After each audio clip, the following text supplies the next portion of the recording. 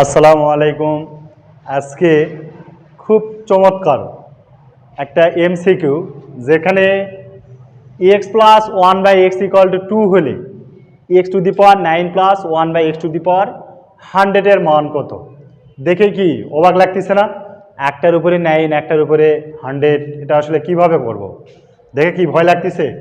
আসলে এটা খুব সহজ, আমরা দেখা মাত্রই অ্যান্সার করে দিতে পারবো। কিভাবে দেখা মাত্র অ্যান্সার করে দিতে পারবো এটা আমরা একটু দেখি।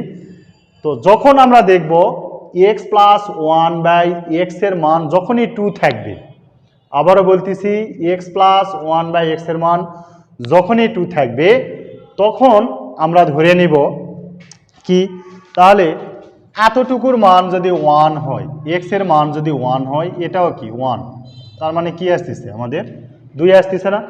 এক্সের মান যদি 1 হয় তাহলে এটার মানও কত? 1। আচ্ছা, এক্সের মান যদি 1 হয় তাহলে এখানে যদি আমরা মান বসাই, তাহলে এক্স 9 মানে কি 1-এর মাথায় 9 প্লাস 1 বাই 1-এর মাথায় কত?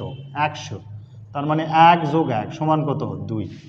তো আবারও বলতেছি, একদম ইজি সহজ। যদি এটার মান প্লাসের মান এক্স প্লাস ওয়ান বাই এক্সের মান যখনই 2 থাকবে, আর এখানে যখনই প্লাস দিয়ে দেওয়া থাকবে, মান যখনই চাইবে, আমরা একদম চোখ বন্ধ করে কি যে মান দেওয়া থাকবে সেই মানে কি বসায় দেব।